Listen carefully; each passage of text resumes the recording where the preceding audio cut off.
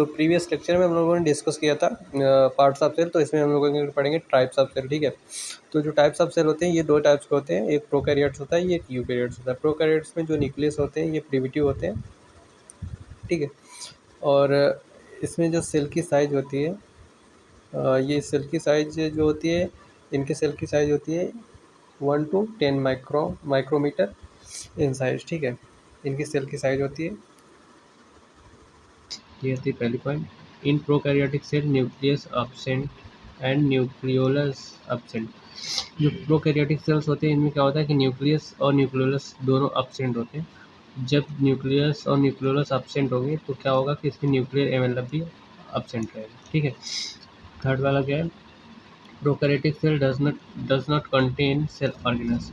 जो prokaryotic cells होते हैं उनके अंदर सेल ऑर्गेनल्स नहीं पाए जाते। सेल ऑर्गेनल्स क्या होते हैं, सेल ऑर्गेनल्स जैसे माइटोकॉन्ड्रिया हो गया, लाइसोसोम हो गया, तो प्रोकैरियोटिक सेल के अंदर सेल ऑर्गेनल्स एब्सेंट होते हैं।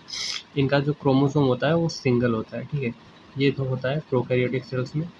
9th में बेसिक है तो आपको बेसिक ही पढ़ना है। ठीक है, तो ये हो गया प्रोकैरियोटिक सेल। अब आगे देखते हैं यूकैरियोटिक सेल्स। ठीक है, तो यूकैरियोटिक सेल्स में ट्रू न्यूक्लियस होता है, न्यूक्लियस अच्छे खासे विजिबल होते हैं, दिखते हैं।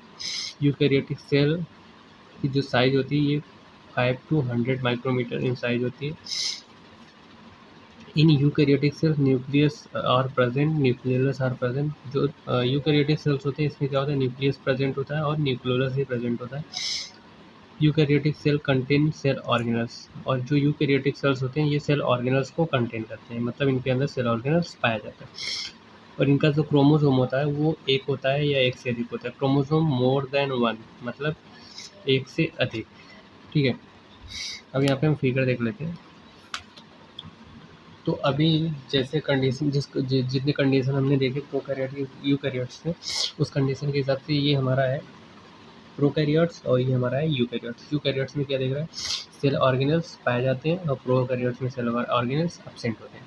ठीक है, सो अभी हम लोगों ने टाइप्स ऑफ सेल पढ़ा। ठीक है, प्रोकैरियोटिक यूकैरियोटिक। तो अभी प्रोकैरियोट्स में आप देख लीजिए कि प्रोकैरियोट्स में जो ऑर्गेनल्स हैं, यहाँ पे देखिए, यहाँ पे एक भी ऑर्गेनल्स दिख रहे हैं, नहीं दिख रहे ना। ठीक है, प्रोकैरियोट्स में ऑर्गेनल्स एब्सेंट होते हैं और न्यूक्लियर मेम्ब्रेन भी एब्सेंट होता है। यूकैरियोट्स में देखो पूरे ऑर्गेनल्स दिख रहे हैं और न्यूक्लियर मेम्ब्रेन भी दिख रहा है। ठीक है, न्यूक्लियर मेम्ब्रेन कहाँ है, यहाँ पे दिख रहा है आपको, शो हो रहा है न्यूक्लियस के जस्ट बगल में। और जो प्रोकैरियोट्स में है, प्रोकैरियोट्स में आपको एक भी ऑर्गेनल्स नहीं दिख रहे हैं। ठीक है, ऑर्गेनल्स दिख रहे हैं, नहीं दिख रहे हैं। तो ये होता है प्रोकैरियोट्स और यूकैरियोट्स में डिफरेंस होता है। ठीक है, अब हम पढ़ेंगे सेल ऑर्गेनल्स। तो हम लोग डिस्कस कर रहे थे सेल ऑर्गेनल्स के बारे में। ठीक है, सेल ऑर्गेनल्स होते क्या हैं, सेल ऑर्गेनल्स ऐसे ऑर्गेनल्स होते हैं जो विद इन द सेल पाए जाते हैं, मतलब सेल के अंदर पाए जाते हैं। ये क्या होते हैं, मेम्ब्रेन बाउंड ऑर्गेनल्स होते हैं। मतलब कि ये जो ऑर्गेनल्स होते हैं ये मेम्ब्रेन से बाउंड होते हैं, मतलब मेम्ब्रेन से कवर होते हैं या फिर मेम्ब्रेन से घिरे होते हैं। ये ऑर्गेनल्स क्या करते हैं, सेल के अंदर जो एक्टिविटीज़ होती है ना, उन एक्टिविटीज़ को परफॉर्म करते हैं ये जो सेल ऑर्गेनल्स होते हैं। और ये डिफरेंट टाइप के होते हैं, जिसमें से हम लोग पहले डिस्कस करेंगे वैक्यूल। ठीक है, वैक्यूल क्या होता है, ये एक सैक लाइक स्ट्रक्चर होता है। वैक्यूल का हम फिगर दिखाएं आपको तो देखिए, ये अभी रिसेंट में ये देखो, ये प्लांट सेल है। प्लांट सेल में ये वाला जो पार्ट है, ये वाला जो पार्ट है ये है वैक्यूल, और ये एनिमल सेल है। एनिमल वाले सेल में ये वाला जो पार्ट है ये वैक्यूल है।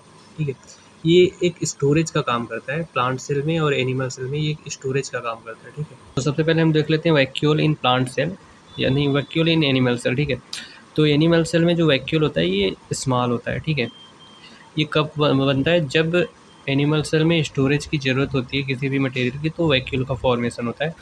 ये टेम्परेरी होता है, मतलब कि परमानेंट नहीं होता, जब काम आता है इसका तभी बनता है।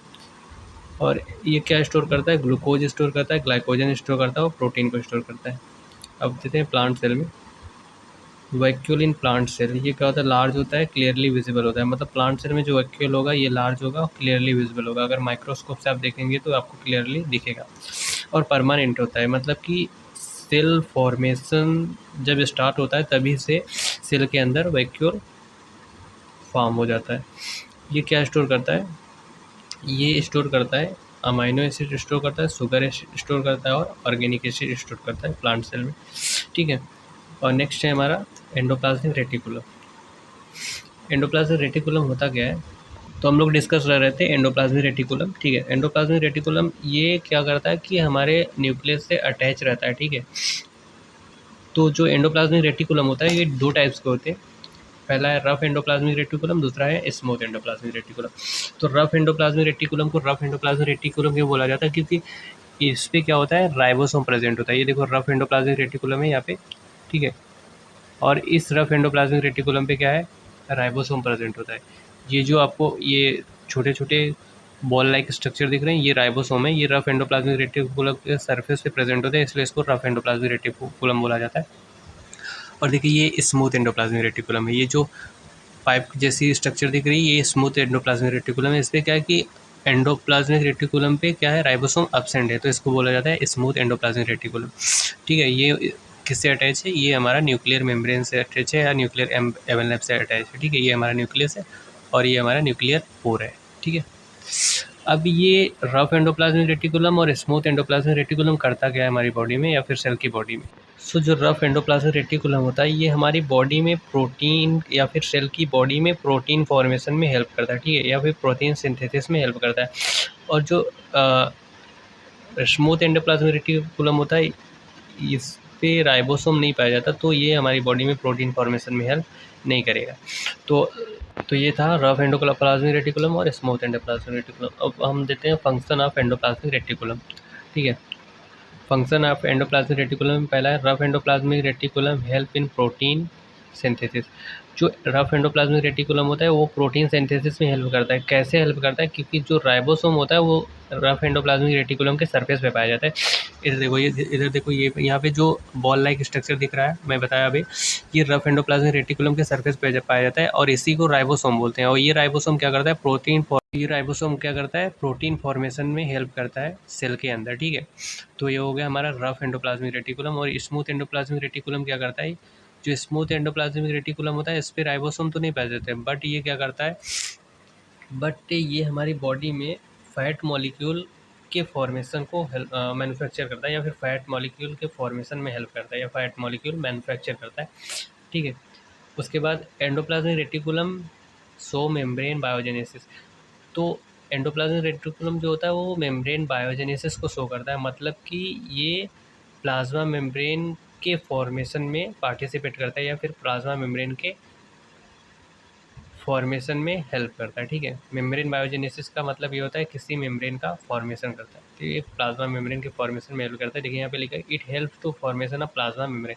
ये प्लाज्मा मेम्ब्रेन के फॉर्मेशन में हेल्प करता है, ठीक है।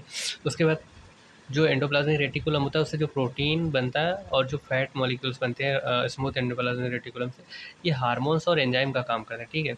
ये हार्मोन्स और एंजाइम का काम करते हैं जो फूड के डिग्रेडेशन में भी हेल्प होता है और अलग एक्टिविटीज़ में भी सेल यूज करता है। उसके बाद endoplasmic reticulum form network system.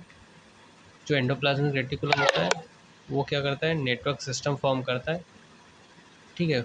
वो नेटवर्क सिस्टम क्या करता है, मटेरियल को ट्रांसफ़र करने में हेल्प करता है, कहाँ से, न्यूक्लियस से साइटोप्लाज्म तक, ठीक है। उसके बाद सेकेंड